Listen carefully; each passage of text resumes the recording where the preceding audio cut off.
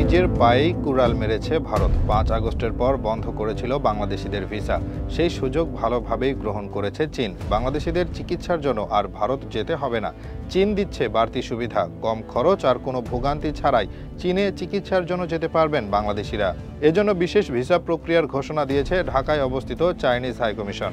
এর পেছনে রয়েছে ডক্টর ইউনূসের কারিশমা। কিছুদিন আগে প্রধান উপদেষ্টা গিয়েছিলেন চীন সফরে। সেখানে বাংলাদেশিদের চিকিৎসা সহায়তার জন্য অনুরোধ জানিয়েছিলেন প্রধান উপদেষ্টা। তার অনুরোধে সাড়া দিয়ে স্পেশাল সুবিধা উন্মুক্ত করেছে চীন।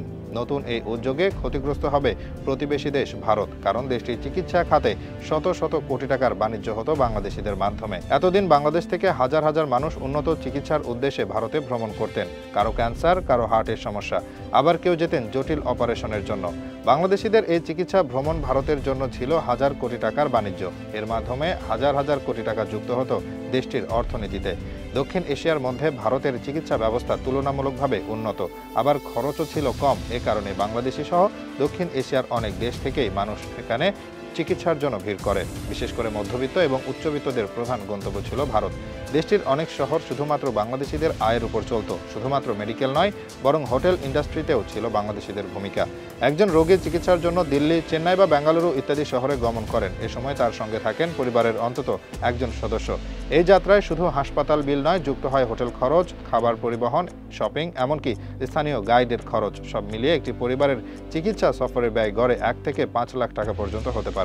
বছরে যদি 2 লাখ বাংলাদেশি এভাবে ভারতে যান, তাহলে কয়েক হাজার কোটি টাকার একটি বাজার তৈরি হয়, যার বড় অংশটাই এতদিন ভারত পেয়ে আসছিল।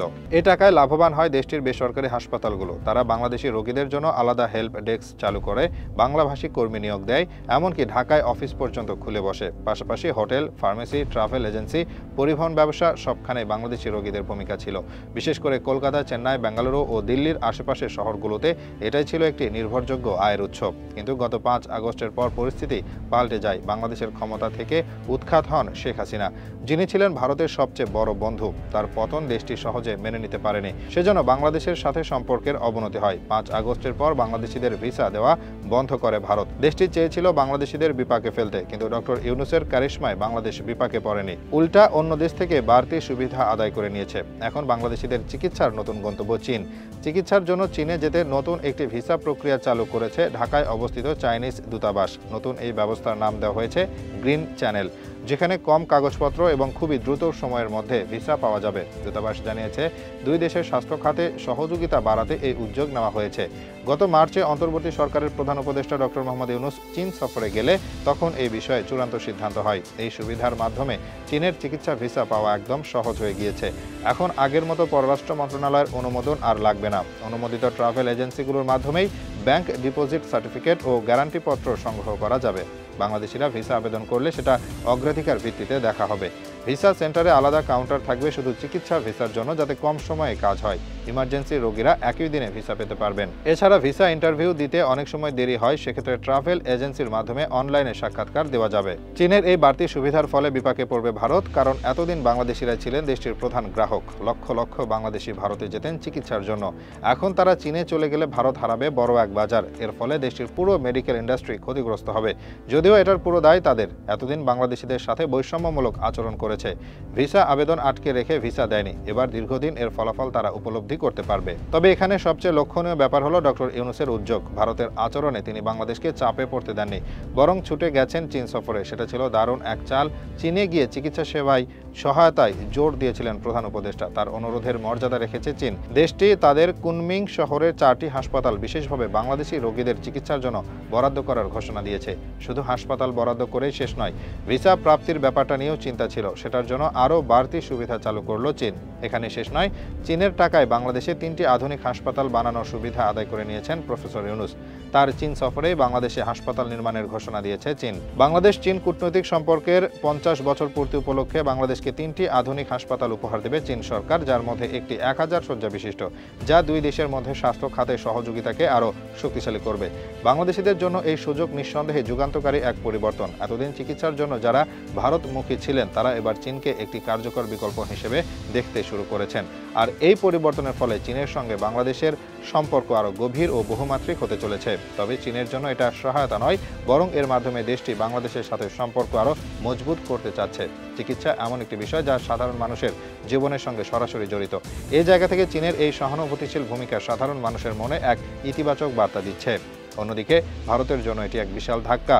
কেবল অর্থনৈতিক দিক থেকে নয়, কূটনৈতিকভাবে ভারতের এই সিদ্ধান্ত তাদের বিশ্বাসযোগ্যতাকে প্রশ্নবিদ্ধ করেছে।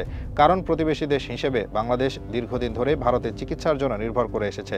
সেই সম্পর্কের বন্ধন ছিঁড়ে ভিসা বন্ধ করে দেওয়া নিঃসন্দেহে অপেশাদার সিদ্ধান্ত হিসেবে দেখা হচ্ছে। বিশেষজ্ঞরা মনে করছেন, ভারতের উচিত ছিল রাজনৈতিক পরিস্থিতিকে চিকিৎসার মতো মানবিক বিষয় থেকে আলাদা রাখা, কিন্তু তারা সেটা না করে উল্টো কঠোর মনোভাব প্রদর্শন করেছে। এই সুযোগে বাংলাদেশও বিকল্প পথ খুঁজে নিতে বাধ্য হয়েছে, আর সেই পথটা হয়ে উঠেছে আরও শক্তিশালী ও কার্যকর। চীন সরকার বাংলাদেশিদের চিকিৎসার পাশাপাশি গবেষণা খাতেও বিনিয়োগ করতে আগ্রহ প্রকাশ করেছে।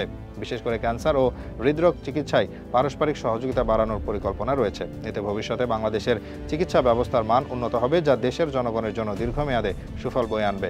চীনে যারা চিকিৎসা নিতে যাবেন তাদের জন্য ভাষা, পরিবেশ ও খাদ্য সংক্রান্ত কিছু চ্যালেঞ্জ থাকবে, তবে সরকারিভাবে সে বিষয়ে উদ্যোগ নেওয়া হচ্ছে। কুনমিং সহ যেসব শহরে বাংলাদেশিদের জন্য হাসপাতাল নির্ধারিত হয়েছে, সেখানে বাংলা ও ইংরেজি জানেন এমন দোভাষী নিয়োগের বিষয়ে আলোচনা চলছে।